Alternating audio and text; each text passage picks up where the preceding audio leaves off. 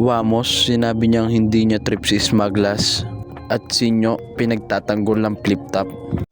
Pero bago yan, huwag niyong kakalimutang mag-like and subscribe sa video na to para sa marami pang video. Maraming salamat.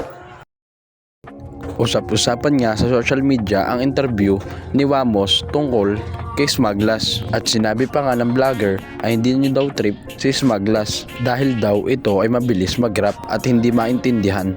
Kaya ayaw ng vlogger na siya ay makakulab sa rap scene.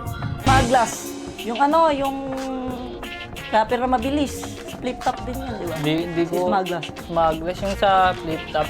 Sa flip top. Sa flip top. Kilala ko yan si Hindi Smaglas. ko ano siya eh. Hindi ko Sa Batang Quiapo, di ba? Nasa Batang Quiapo. Kumbaga yung era niya, hindi ko trip yung mga kantahan niya. Bakit? Wala masyadong mabilis, kahit yung mga R&B niya, hindi ko trip. Ako napakinggan ko yung mga kanta niya, okay naman, kaya lang hindi ko na siguro palililuguyin kung pasa ko dyan. Kasi yung mga kanta kasi ni Smaglas, mabibilis. Mabibilis, Kumbaga, tsaka parang hindi niya Hindi maintindihan. maiintindihan ng mga tao, hindi sila nakaka-relate. At agad namang sumagot sa post ang rapper na si Smaglas. Sabi pa nga ng rapper, kala daw niya ay trip niya daw kakulab si Wamos. Large caps. They say it's long, but thin like the straw from the Starbucks. Very soft and flaccid, can even do hard pop. In Tagalog, mahehe na ko magtot. Your penis is like your whole description in 2 words. Malaki na malambot. Because of your appearance, some of our Filipino women thinks that you're the papa. But for me, it isn't nana. Pinoy average size is good enough, but even no Viagra, talagang sarapan mo lang yung romansa, yung tigas hanggang bayag na.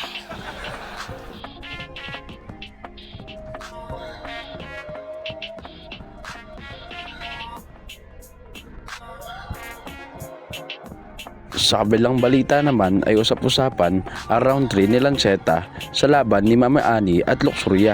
At binanggit nga dito ni Lanceta na palubog na daw ang flip top. Tila si Sinyo ay hindi sangayon sa sinabi ni Lanceta dahil pinagtatanggol ito ni Sinyo sa mga post at kalmakilan nga lang ay naging 8 million na subscriber ng flip top.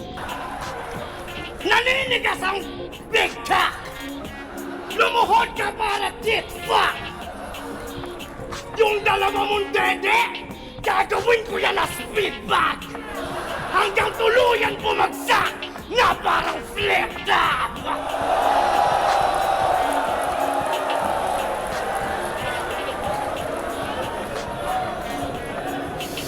Ah!